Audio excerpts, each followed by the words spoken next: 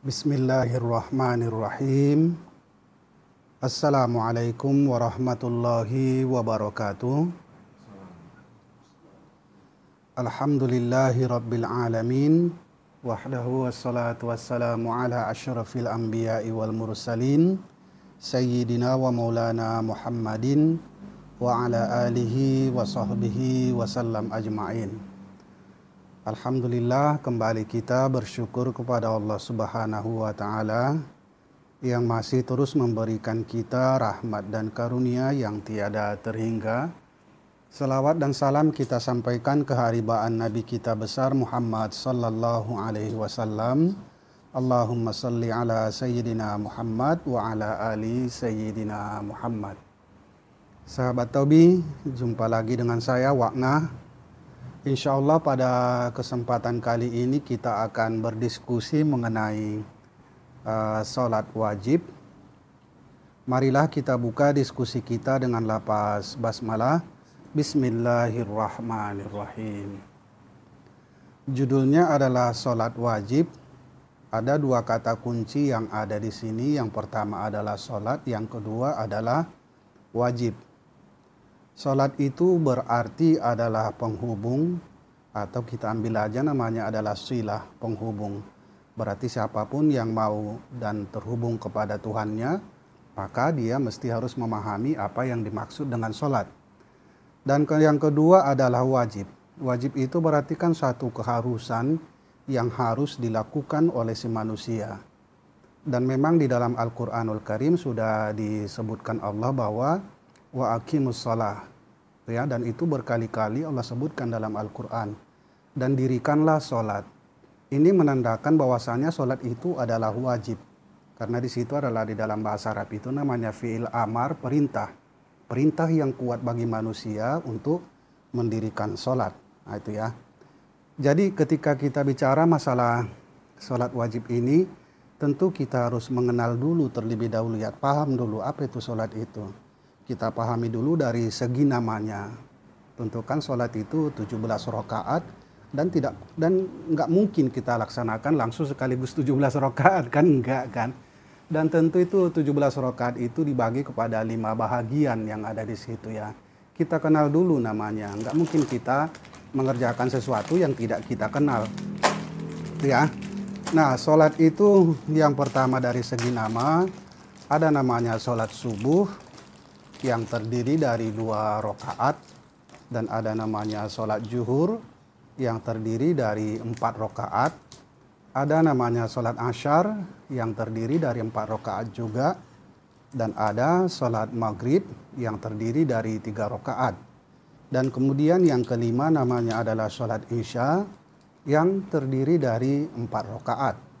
Nah, dari kalau sudah kita paham bahwasanya sholat itu dari segi namanya, dan tentu setiap rokaatnya itu kan ada di situ posisi juga yang harus kita pahami.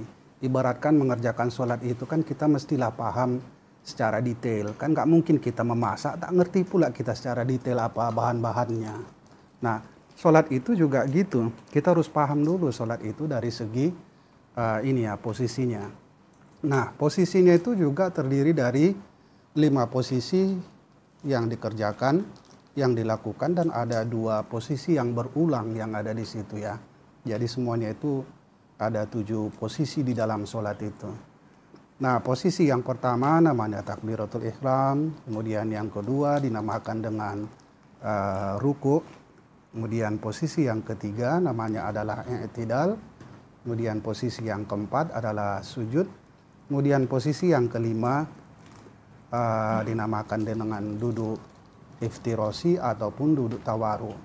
Nah, kita paham dulu ini posisi ini tentu mempunyai makna-makna tersendiri secara hakikat di situ, ya, bukan cuma secara ilmunya atau pengetahuannya aja yang kita pahami, tidak, ya.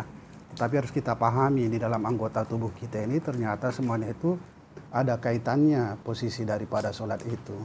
Nah, setelah kita mempelajari posisi sholat, tentu ada yang kita pelajari lagi di situ apanya. Itu kan baru segi dalam pemikiran kita, ada unsurnya juga, siapa yang melakukan sholat itu, siapa yang melaksanakan sholat itu. Nah, setelah kita paham, ternyata unsur sholat itu ya si pelaku sholat itu sendiri, si manusianya. Nah, kemudian ada juga namanya tujuan daripada sholat itu gitu ya. Setelah kita memahami apa itu namanya, posisinya, kemudian unsurnya, kemudian dari segi tujuannya kita pahami, barulah kita ngerti kenapa sholat itu menjadi wajib. Karena Allah sendiri pun kan udah memberikan ini ya, napas kepada kita juga. Itu kan menandakan bahwasanya perlu kita pahami juga untuk menghubungkannya gitu ya. Sholat itu dengan satu pengertian artinya adalah untuk menghubungkan. Kalau dibilang dalil, banyak dalilnya dalam Al-Quran. Tetapi di dalam surat Al-Fatihah sudah Allah jelaskan juga di situ. Ada di ayat yang ke-6, ihdina. Apa yang diihdina ini? Manusia itu adalah terdiri dari dua bagian di situ ya. Lupa, lalai, sesat, pembangkang, mengandalkan segala sesuatunya yang ada dalam dirinya.